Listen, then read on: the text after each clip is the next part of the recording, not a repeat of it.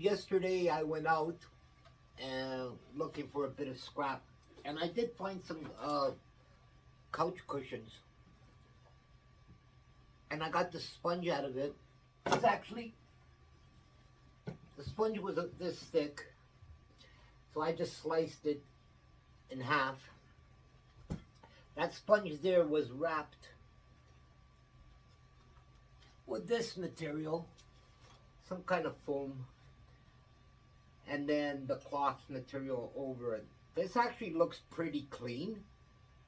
So the sponge was actually in here, wrapped, then the material with a zipper. So it's actually clean. And anyway, yeah, I cut it in half, cut it to the shape of the chair. So I saved a bit of money on sponge. Also at Fabricland, I picked up this vinyl. This is very thick vinyl. I really didn't want to buy this. They had some thinner one there. The thinner one was, I think, $28 a yard. Actually, here in Canada, it goes by the meter. $28 a meter. And then I saw this one there. It's thicker. They call this marine fabric, marine vinyl. And it was cheap on special, $11 a yard. This is thick, about I don't know how thick this is. But anyway, it's really rough. Not rough, but I mean like thick. And it's hard to work with. This is really strong material. So I'm going to have a problem dealing with that to try to shape it into the chair. But it was $11, so I got it.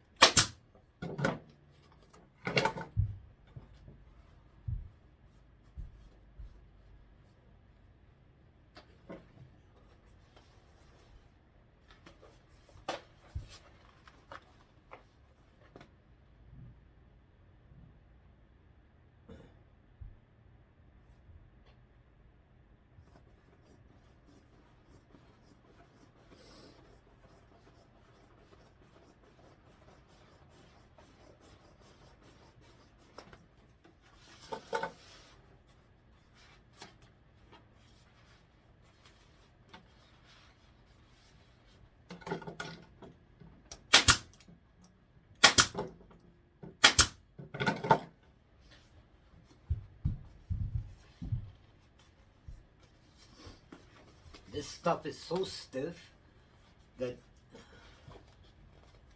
it's good material. It's just that it's hard to work with and not. I have no clue what well, I know what I'm doing, but I mean, I'm not an upholsterer, so. Oh shit, sorry.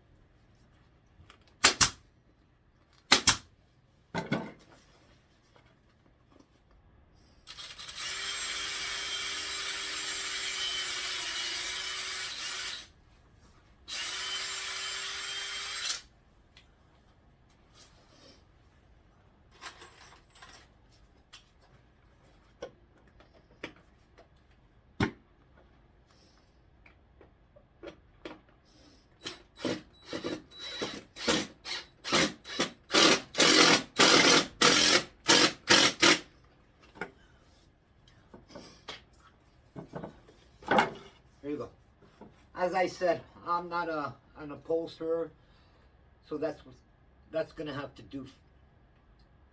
I'll end up putting a backing on here, just like a piece of vinyl to cover this. This will be going up against something, I'll make sure, so it doesn't break back. With the spacer, so as he grows, I'll be able to take the spacer out, maybe a 2x2 or something. I'll be able to take the spacer out and move it back 2 inches for him. So anyway, that's gonna have to do.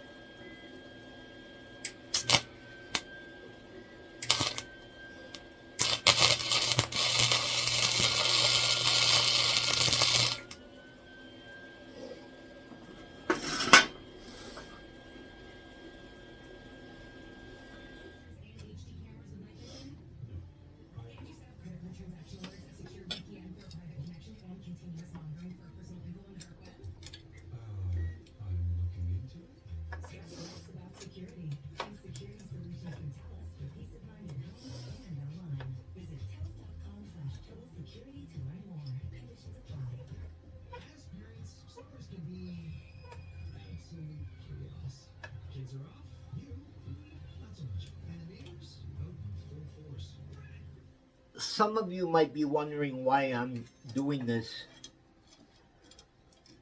with the chain and why not have just the rod, the steering rod or tube or whatever, come down and just steer it. It's because what I'm doing here is gearing it down.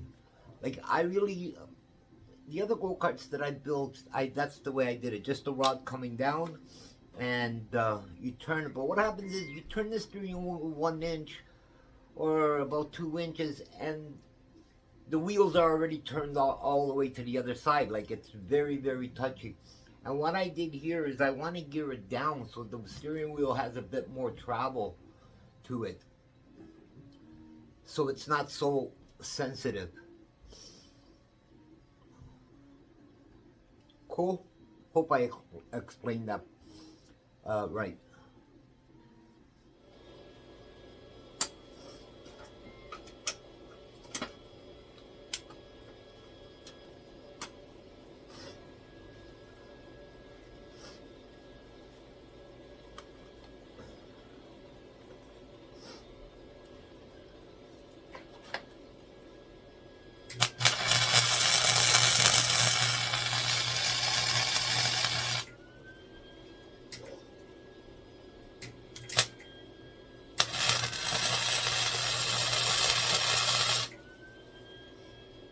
I needed some tie rod ends,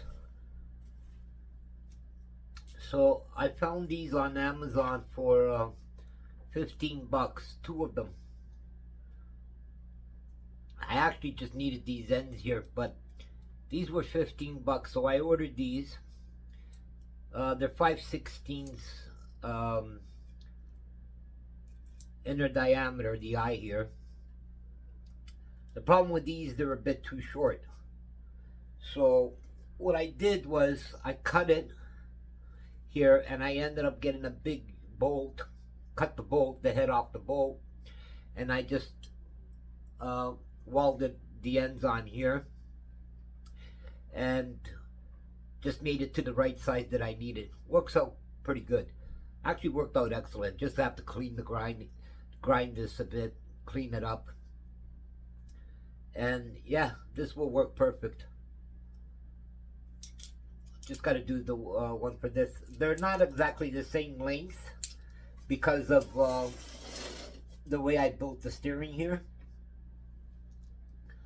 And by the way, the way I built this, it'll actually take away some force from my grandson Marcus. The steering will be twice as lighter. Doesn't have to struggle with the steering so much. He's only 7 years old, right? So yeah, I'm gonna finish this off, cut this one to length or weld this one to length, and then go from to the steering shaft and the steering wheel, and then I can start building the outer side. Cool, cool. For the steering shaft, I'm just gonna use, as a U-joint, I'm gonna use a 1/2-inch socket universal joint. This is a cheap one. I buy sometimes these at the flea market. When I go to the flea market, they have buckets. They're full of odds and ends and stuff like that. Pick these up for about $1. Certain sockets and everything. So in here, for the center of this gear here, I used a 1/2-inch socket, which the universal will fit in here, right in there like that, and then I'll weld the shaft to here. So that'll work like that. And then I guess up here, I'll just angle it in a position for the steering wheel. I'll get my grandson to sit in the car and see what kind of angle I should put it at.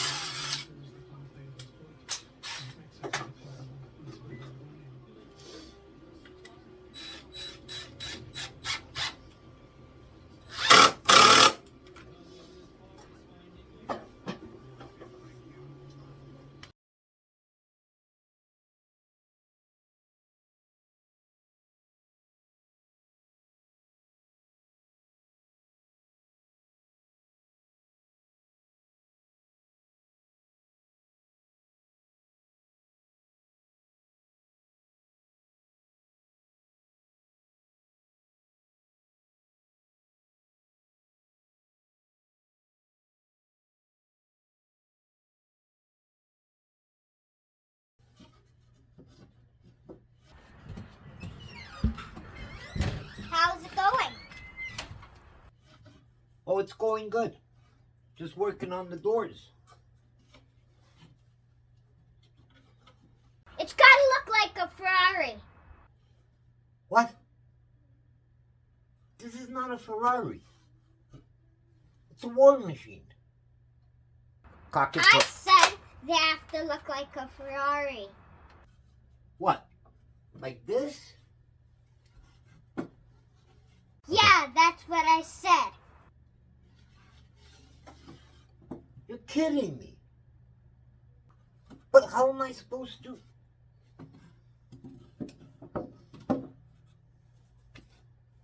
All right. Fine. Did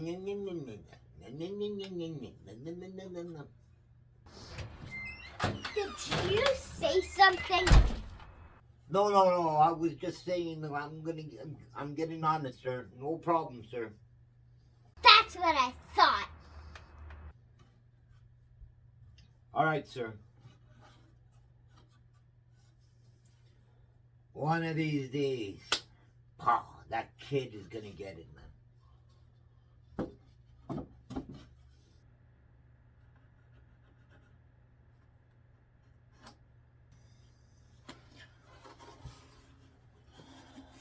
I guess I'm gonna have to cut here to here.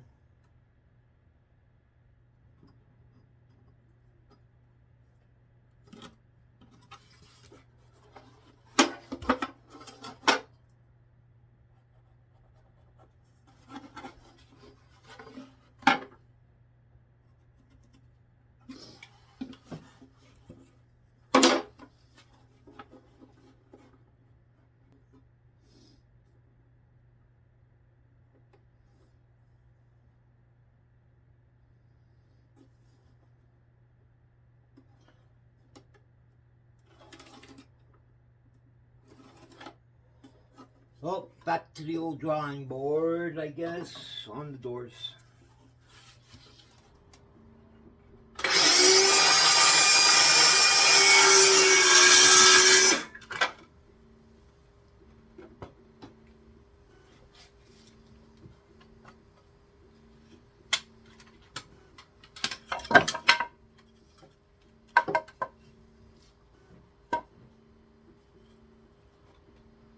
There goes my door that I just did.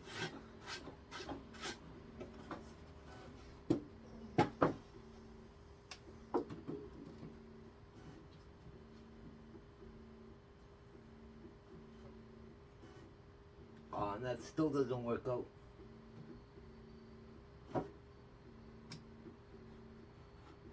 Oh, I just needed a bit more.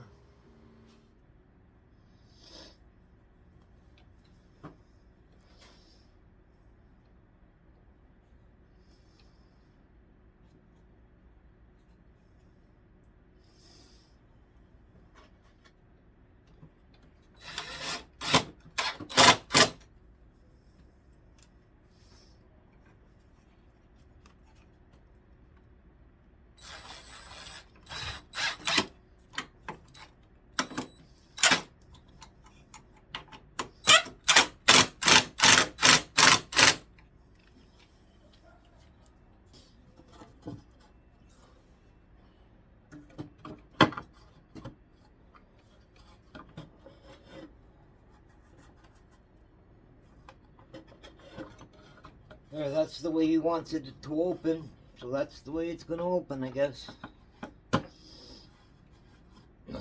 Just have to make something cosmetic for here. Overlap, I guess, the door here, so you can force it out.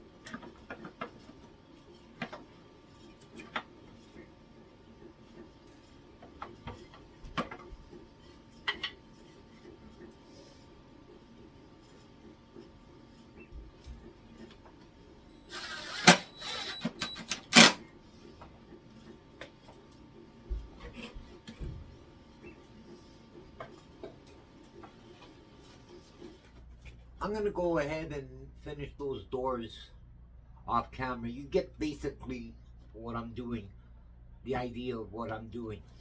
One thing I have been working on for a couple of days is a lift. You can call it spoilers, scoops, whatever. This one just broke. Basically what's going to happen is there's going to be a lift, one here and one on the other side, and it's like a scissor lift, and it will raise, and underneath here we'll have a gun. So basically I did kind of a few test prints.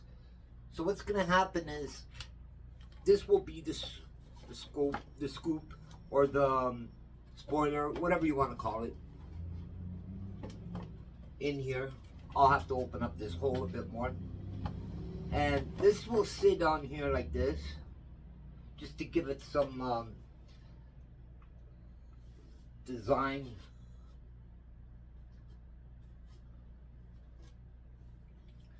And the bottom will have a motor on it. And what I wanted to do is, this will sit in here like this, and in here, and then we can push a button and this will raise up and show the gun. There'll be one of these on each side, and what I'm actually thinking of is using a fire extinguisher bottle with one of those pocket portable air compressors that they have for cars and that, and have an electric air valve on it. So when you push a switch, you can push the switch for it to raise, and then you can push the switch for it to shoot. So that's what I'm going to work on the next video. So I'm going to leave this video here. I think it's long enough already. And I'm going to be working on these. Sometimes I work on stuff and I don't turn the camera on. Either I forget or I just want to get it done. So if there's anything that you guys see that you don't know how I did, you can just ask in the comments and I'll answer you. I answer all my comments unless I think they're dumb or whatever. Anyway, I'm going to leave this video here, and hope you guys are enjoying this build. I think this thing is going to come out awesome, and I'll see you guys on the next one, or I'll talk to you guys on the next one. Cool? Cool. Cheers.